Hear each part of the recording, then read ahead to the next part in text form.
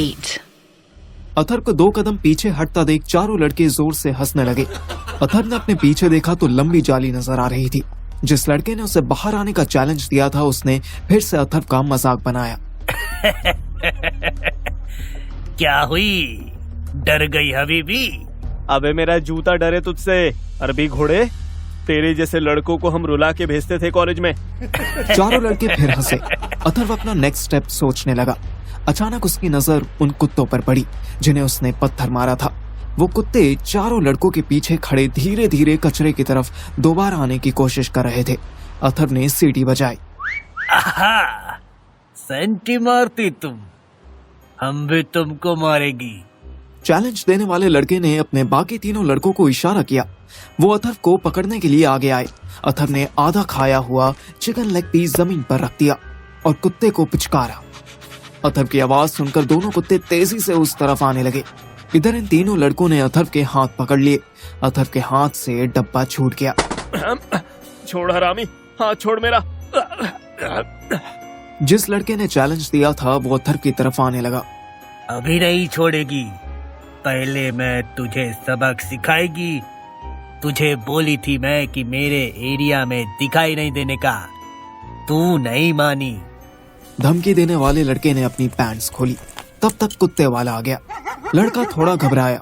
अथर्व ने एक झटके से अपना हाथ छुड़ाया और फुर्ती से जमीन पर पड़ा लेग पीस उठाकर राउडी लड़के की पैंट्स में डाल दिया। ये क्या करती? हम तेरी बैंड बजाती मादर चो। दोनों कुत्तों ने एक साथ उसकी पैंट्स पर अटैक कर दिया। अरे नहीं, मुझे बचाओ।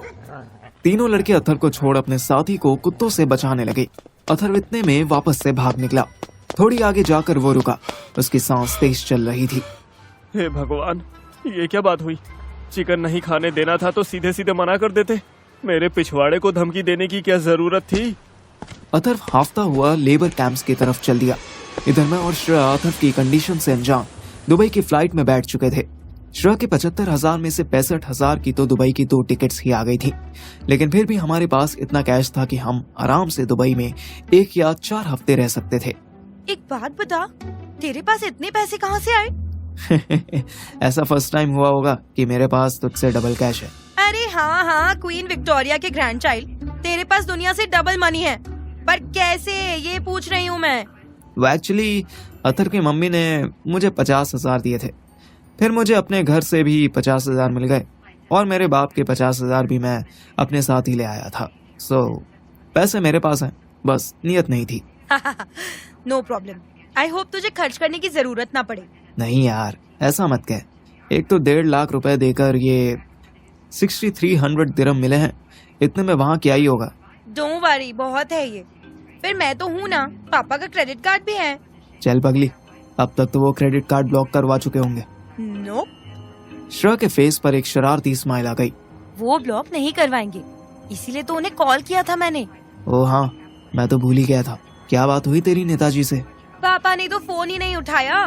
फिर मॉम को किया और उन्हें बताया कि आई एम इन मुंबई। मुझे इस बेवकूफ से, मोंटी से पीछा छुड़ाना था, इसलिए दुबई की टिकट्स लेनी पड़ी। जैसे ही अथर्व मिल जाएगा मैं उसे लेकर दिल्ली आ जाऊंगी। और उन्होंने क्या कहा? At first she cried.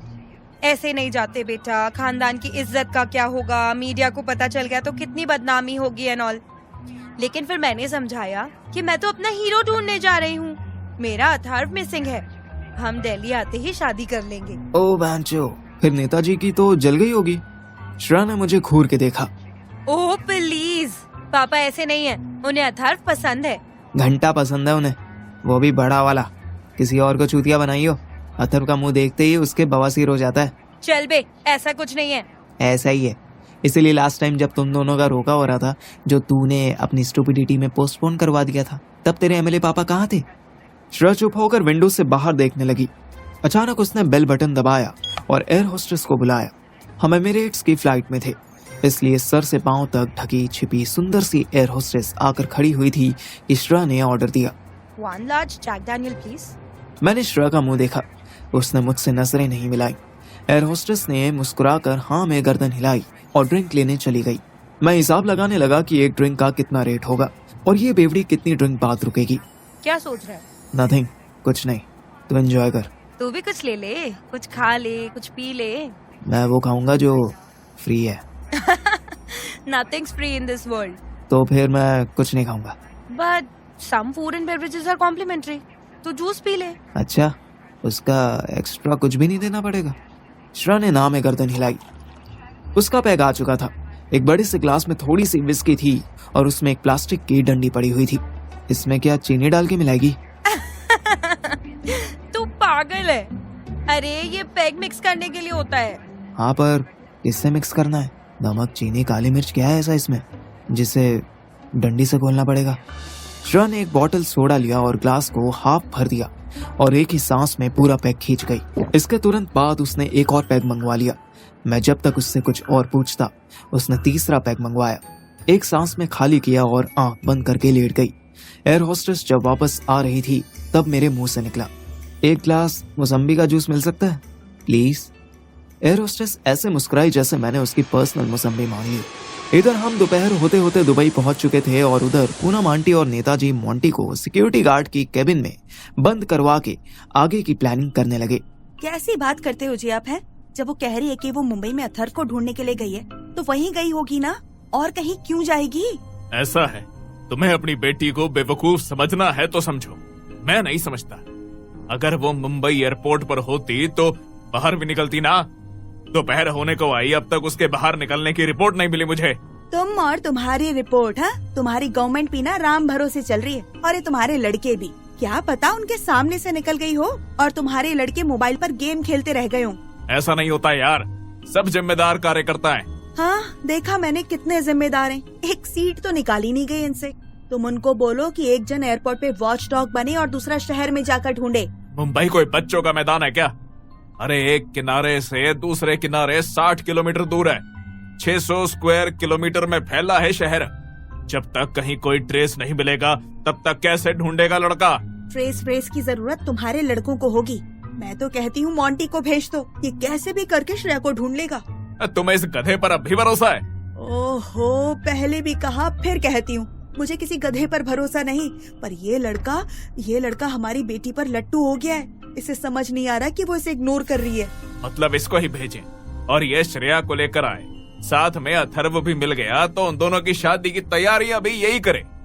ऐसे इस्तेमाल करोगी तुम इसका? देखो जी, किसी को इस्तेमाल करने की बात तुम तो करो ही मत, है?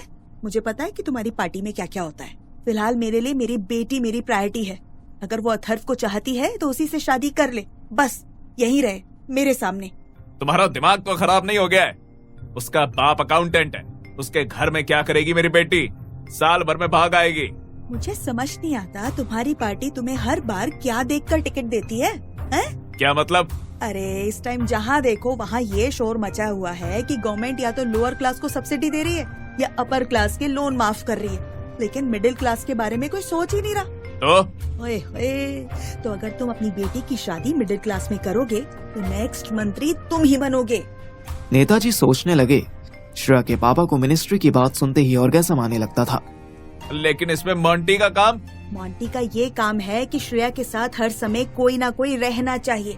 तुम भूल रहे हो, हमारी बेटी ने 15 दिन से अल्कोहल को हाथ भी नहीं लगाया है, पर जब लंदन में थी तो रोज पीने लगी थी। तुम्हारी हर गंदी आदतें उसके अंदर आने लगी हैं। तुम कुछ ज्यादा नहीं बोल रही हो? ज्यादा नहीं, जो जरूरी है वो ही बोल रही हूँ। हाँ, वैसे तो पार्थिव उसके साथ है, लेकिन वो कॉलेज टाइम से श्रेया को कोई खास पसंद नहीं करता था। क्यों? क्योंकि वो अथर्व का चेला है और अथर्व हमारी बेटी को पसंद करता था। श्रेया और पार्थिव तो हमेशा झगड़ते रहते थे। अब पता नहीं क्या ड्रामा चल रहा है यहाँ, मुझे तो समझ नहीं आता। जरा सी बच्ची है मेरी और पता नहीं क्या क्या करने लगी है।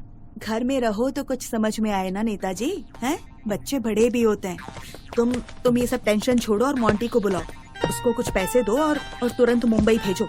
मोंटी आया और सारी बात सुनने के बाद बोला, सारे अम्मा, हम मुंबई नहीं जाएगा।